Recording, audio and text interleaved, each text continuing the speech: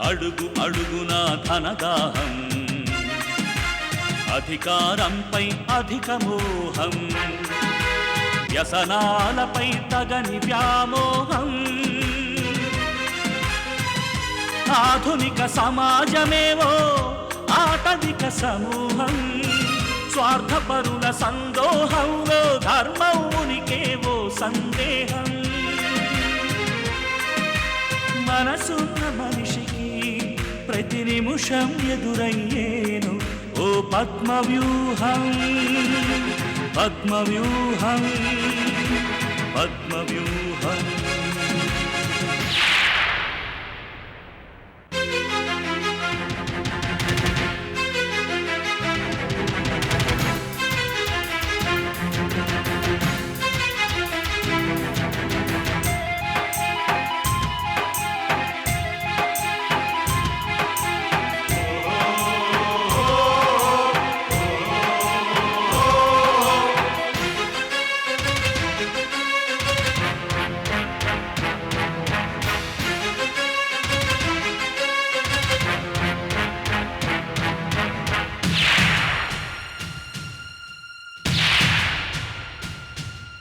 ప్రతి కదలిక వెనుక ఓ లాభానికై చింత, అవసరం లేకుండే అరక్షణమైన నిలువరు నీ చెంత.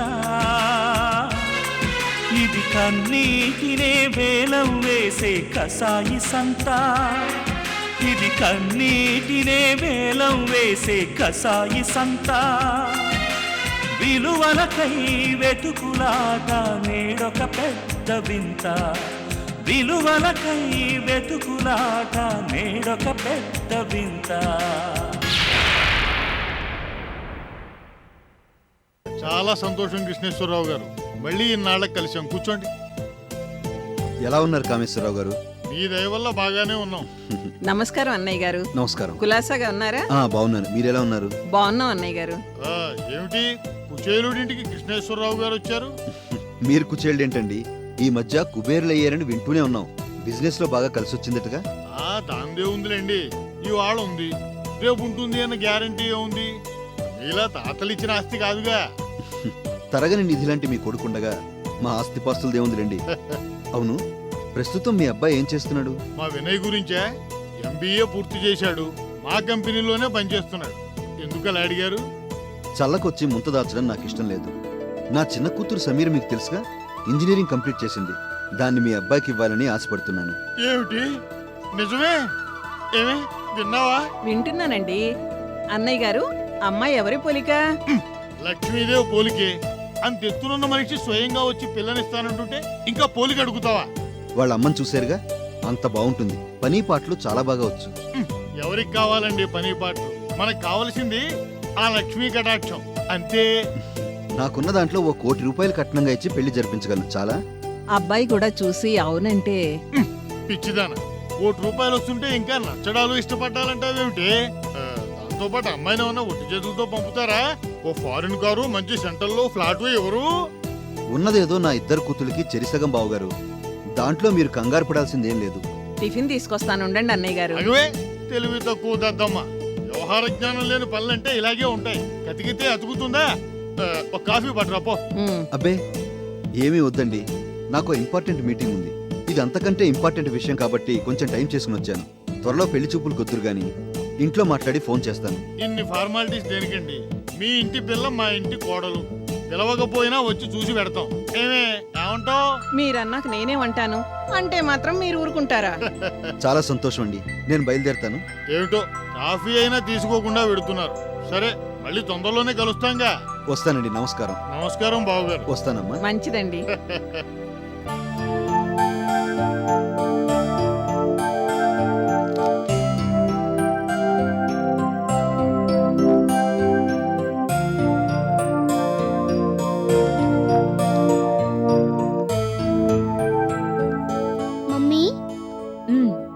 మమ్మీ ఇంకా ఆఫీస్ పనేనా?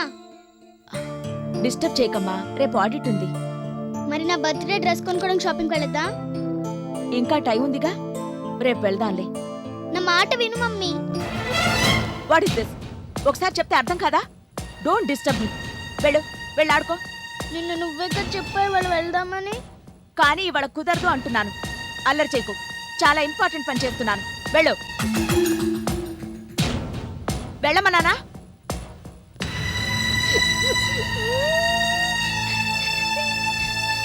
డాడీ, ఏమైందమ్మా? మమ్మీ తిట్టింది. ఇలా రా. మళ్ళీ ఏదైనా అల్లరి పని చేస్తుంటావు, అందుకే తిట్టుంటుంది. బర్త్డేకి డ్రెస్ కొనుక్కోవడం షాపింగ్కి వెళ్దామన్నాను. అదేమన్నా అల్లరి పనా? ఓ అదా, ఇవాళ కాదులేరా, రేపు వెళ్దాం. ఇవాళ కొనుక్కుంటానని క్లాస్లో అందరికీ చెప్పేశాను డాడీ. ఇవాళ కుదరలేదు, రేపు కొనుక్కుంటా అని మళ్ళీ చెప్పు. నేను ఈ రోజే కొనుక్కోవాలి, ఈ రోజే కొనుక్కోవాలి, ఈ రోజే కొనుక్కోవాలి, ఈ రోజే కొనుక్కోవాలి. మిత్రా, ఏంటి పెంకితనం? అక్క చూడు ఎంత బుద్ధిగా హోంవర్క్ చేసుకుంటుందో. నువ్వు వెళ్ళి హోంవర్క్ చేసుకో. ఎప్పుడు చూసినా పేచీలు నువ్వును. అక్కడికి కొంటారా? సుహిత నీలా మొండితనం చేయదు. రేపు వెళ్దాం అంటే వింటుంది. అక్కలా బుద్ధిగా ఉండడం నేర్చుకో. వెళ్ళు. అసలు నాకు బర్త్డే డ్రెస్ అక్కర్లేదు. మిత్రా, మిత్రా, రాక్షస్ పిల్ల.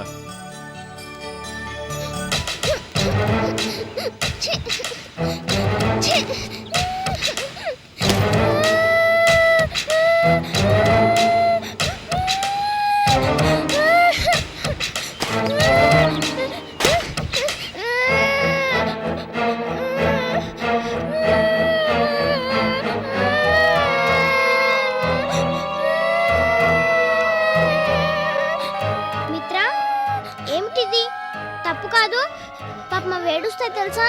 మొక్కలకు కూడా ప్రాణం ఉంటుంది. సైన్స్ టీచర్ చెప్పలేదు? నువ్వే నా బుద్ధి చెప్పగలదు. నువ్వు మాత్రం బుద్ధిగా ఉండు. నేను పెంకిదాన్ని అల్లర్దాన్ని. నేను ఇలాగే ఉంటాను. ఏయ్, ఏడవకు.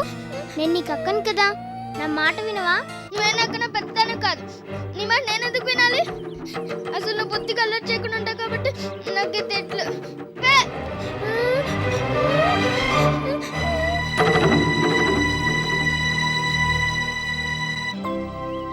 సుహితమ్మా, మిత్రమ్మా, ఏడున్నావా? మిత్రం ఏది? ఓర్ ఓర్ ఓర్, ఎవరమ్మా ఇట్టంటే అల్లరి పనులు చేసింది? ఈ మొక్కలన్నీ ఇట్ట పాడు చేసింది మిత్రమేనా? కాదు పెంచిలమ్మా, నేనే. తస్సదియ్యా, ఈ కూడా నేర్చుకున్నావా? అల్లరి చేస్తే ఎలా ఉంటుందా అని చూసా. అల్లరి పనులు కాదు, అబద్ధాలు చెప్పడం కూడా నేర్చుకున్నావా అంటున్నాను. అబద్ధాలు కాదు, నేనే కావాలని ఇవన్నీ పాడు చేసా. ఈ చేతులతో మీ ఇద్దరిని పెంచానురా బంగారు. ఎవరేం చేస్తారో నాకు తెలీదు. ఇవన్నీ ఆ మిత్రము కోతి పనులే. నా సుహిత్ తల్లి ఇట్టంటి అల్లరి చేయదు. పువ్వులు చెట్టునుడు కోస్తేనే ఈ మనసుకు నొప్పి తగులుతుంది. నాకు తెలవదా? మిత్ర చేసిందని మమ్మీతో చెప్పకే, అసలే సీరియస్ గా ఉంది, కొడుతుంది. చెప్పన్రా, నీ మనసు బంగారం. ఎల్లమ్మా, ఎల్లి చదువుకో. ఇవన్నీ నేను శుభ్రం చేస్తానుగా, ఎల్లి. చెల్లెలంటే ఎంత ప్రేమో నా తల్లికి.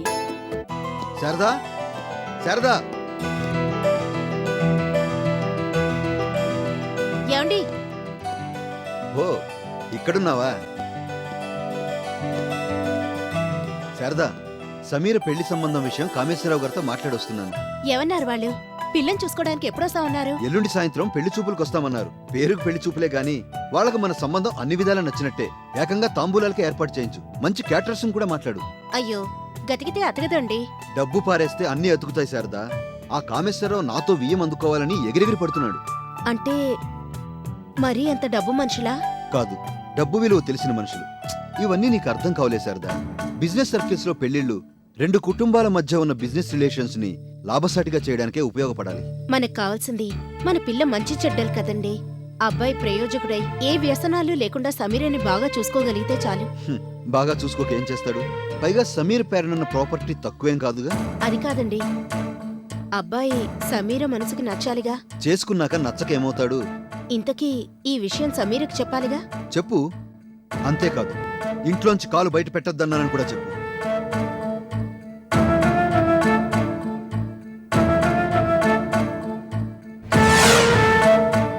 అంటే మీ డాడీ నీ ఇష్టం లేకుండానే పెళ్లి సంబంధం కుదిర్చేంత వరకు వెళ్ళిపోయాడా?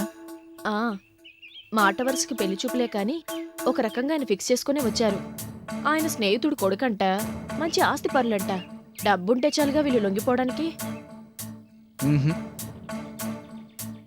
ఇంకా ఊరుకుంటే కుదిరేలా లేదు. నేను వెంటనే మీ నాన్నగారితో మాట్లాడతాను. ఆయన నీ విషయంలో అలా ఒప్పుకునే రకం కాదు. నా విషయంలోనా? ఏమంటాడు? డాడీ మెంటాలిటీ నాకు బాగా తెలుసు శ్రీ. చిన్నప్పుడు గౌరక్క మా ఇంట్లో ఉంటే ఆ మనాదని డాడీ ఇష్టపడేవారు కాదు. మమ్మీ ప్రేమగా చూస్తుందని నానా మాటలు అనేవారు. ఆయనలో ఉన్న బలహీనత తెలిసిందాన్ని కాబట్టి నేను అవమానిస్తారేమోనని భయపడుతున్నాను. చేస్తే చేయని. నేను అదేవి నా డిస్క్వాలిఫికేషన్ అనుకోవడం లేదు. సమాజంలో నాలాంటి అనాథల్ని చాలామంది స్వార్థపరులు తయారు చేసి వదిలేశారు. దానికి మేవెందుకు సిగ్గుపడాలి? నువ్వేం వరి కాకు. ఈ అవమానాలు నాకు కొత్తేం కావు. ఇవాళ నేను మాట్లాడతాను, తర్వాత నువ్వు వద్దు కానీ. అది కాదు సమీరా, నేను చెప్పే. ప్లీజ్ నా మాట విను. నిన్ను అవమానిస్తే నేను తట్టుకోలేను శ్రీ. ఈ ప్రేమ మనిద్దరి మధ్య ఉన్నంతకాలం ఈ పెద్దవాళ్ళు మనల్ని ఏమీ చేయలేరు సమీరా. నువ్వేం వరి కాకు. ఒకవేళ డాడీ మన పెళ్లికి ఒప్పుకోకపోతే? హా, రథాలు గుర్రాలు లేవు కాబట్టి ఎద్దుల బండి అయినా తీసుకొచ్చి నిన్ను ఎత్తుకుపోతాను. సరేనా? పెద్ద పృథ్వీరాజ్ కుమారుడు బయలుదేరాడు. ఈరోజు ఎలాగైనా డాడీతో మన విషయం మాట్లాడతాను.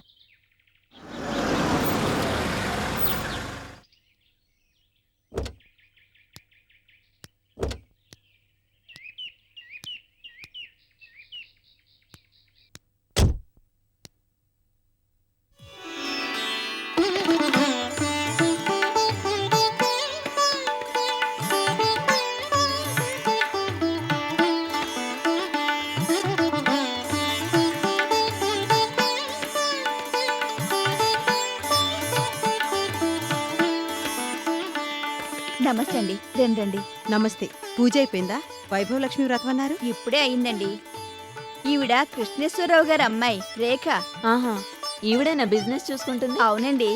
ఏమా పెళ్ళైపోయిందా? అయినట్టే ఉందిలే. మెళ్ళో నల్లపూసలున్నాయిగా. పిల్లలున్నారా? లేరండి.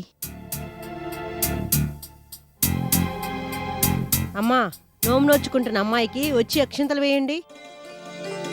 అమ్మ రండి, అమ్మాయి మీద అక్షంతలేయండి. అవును, మీ చెల్లెలు వస్తానంది రాలేదేంటి? చుట్టాలొచ్చారండి. రండి గౌరీ గారు. అమ్మా, గౌరీ గారు వచ్చారు. ముందు అక్షంతులు ఈవిడ చేత వేయించండి.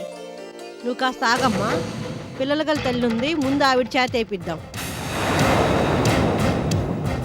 రండి.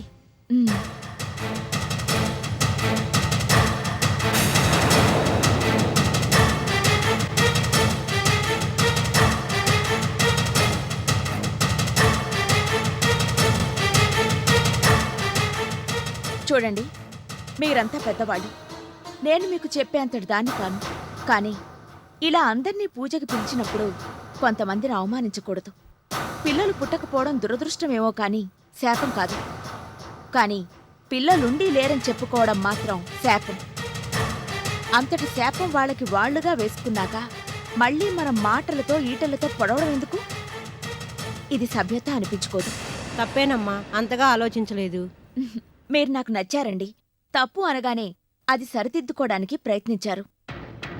చాలామంది తప్పులే చేస్తూ అది తప్పని తెలిసినా దిద్దుకోవడానికి అభిమానపడి ఆ తప్పుల్లోనే పడి ఆహుతైపోతుంటారు. ఉండండి రేఖ గారు, అప్పుడే వెళ్ళిపోతున్నారేంటి? నాకు చాలా పనులున్నాయండి. ఇలా పేరెంట్ అనగానే పట్టుచీర కట్టుకొచ్చి అమ్మలక్కల కబుర్లు చెప్పడం వినడం నాకు అలవాట్లేదు. నాకు చాలా ఇంట్రెస్ట్. ఇలాంటప్పుడైనా పెద్దవాళ్ళు నలుగురు చేరి మన సంస్కృతి ఏమిటి, సంప్రదాయం ఏమిటి, సమాజంలో ఆడదానికి ఏ స్వేచ్ఛ ఎంతవరకు అవసరం, వ్యక్తిత్వం అంటే ఎలా ఉండాలనేవి చెప్తూ ఉంటారు. వాళ్ళకి తెలియనివి మనం వాళ్ళకి చెప్పాలి. వాళ్ళ అనుభవంతో చెప్పేవి మనం వినాలి. ఎంత బాగా చెప్పావమ్మా. అంత పెద్ద ఇండస్ట్రియలిస్ట్ అన్న గర్వమే లేదు. ఎంత సింపుల్గా ఉన్నారు. నిండుకుండా తొణకదన్న సామెత వినలేదు? అవును, ఓటికుండకి చప్పుడెక్కువ. రామాలక్ష్మి, గౌరీ చేత అక్షింతలు వేయించుకో.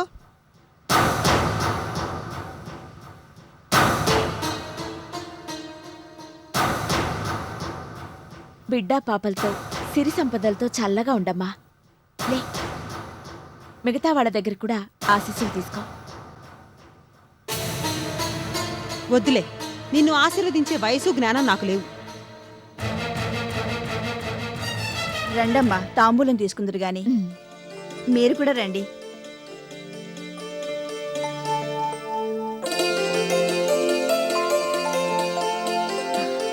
వస్తానండి. మంచిదమ్మా.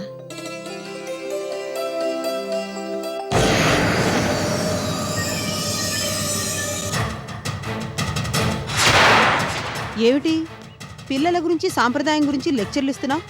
నీ జన్మేమిటో నేను చెప్పుంటే నలుగురిలో నీ పరువేమి ఉండేదో ఆలోచించు. ఇప్పుడు నేను పిల్లల తల్లిని రేఖ. నీకు ఆ అదృష్టం లేదు. ఉండి లేని నీ దురదృష్టానికి ఏడు నా జన్మని చూసి కాదు. లోకంలో బిడ్డల్ని కనలేని వాళ్ళు కూడా తల్లులుగా ఉంటారు. మనసులో వాళ్ళకే ఎక్కువ ప్రేమ ఉంటుంది. కానీ బిడ్డని కనీ గొడ్రాలు అయిన నిన్ను చూస్తుంటే జాలిగా ఉంది. ఈరోజు 4 డబ్బులు సంపాదించావని, సంఘంలో హోదా పెరిగిందని మిడిసిపడకు. ఇది 4 రోజులే. నీ ఓటమి నా కళ్ళ చూసే వరకు నిద్రపోను. అయితే నీ కళ్ళు మూతలు పడనే పడవు. వస్తా.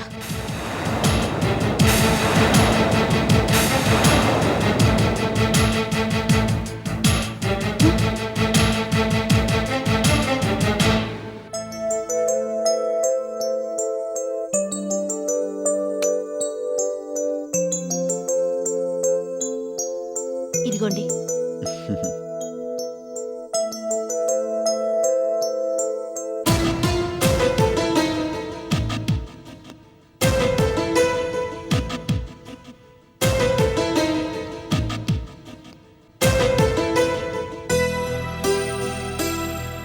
రా సమీరా, కూర్చో.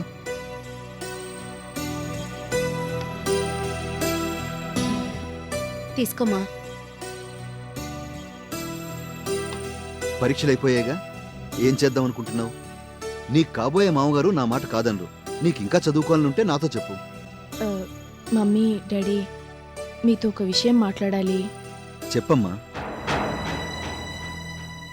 నేను పెళ్లి చేసుకోబోయే వ్యక్తి చాలా గొప్పవాడై ఉండాలా? రిక్షా తొక్కే మనిషి తన కూతుర్ని ఆటో డ్రైవర్కి, ఆటో డ్రైవర్ తన కూతుర్ని ట్యాక్సీ ఓనర్కి ఇచ్చి పెళ్లి చేయాలనుకుంటాడు. లైఫ్లో మనిషికి ఎదుగుదల చాలా ముఖ్యం సమీరా. చదువుతో స్వయం కృషితో డబ్బు సంపాదించే వాళ్ళంటే మీకు గౌరవం లేదా? నువ్వు ఈ డొంక తిరుగుడు ఆపేసి ఏం చెప్పాలనుకుంటున్నావో నాకు సూటిగా చెప్పు. నేను ఒక పేద వ్యక్తికి మనసిచ్చాను.